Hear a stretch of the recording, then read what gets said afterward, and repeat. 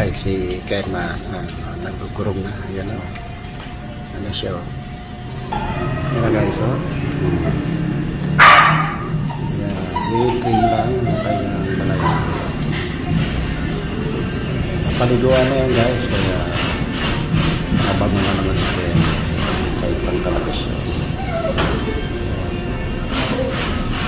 Ayan o, okay na si Kenma.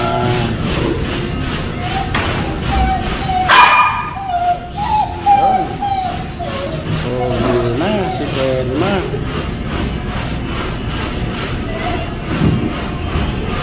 Guys, yung mukha dyan. Diba? Diba siya? Si Hachi, guys.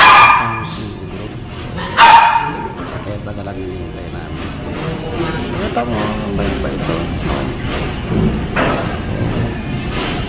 Kasi sa una, nilelove siya dahil siyempre ibang tao ang humawak sa kanya.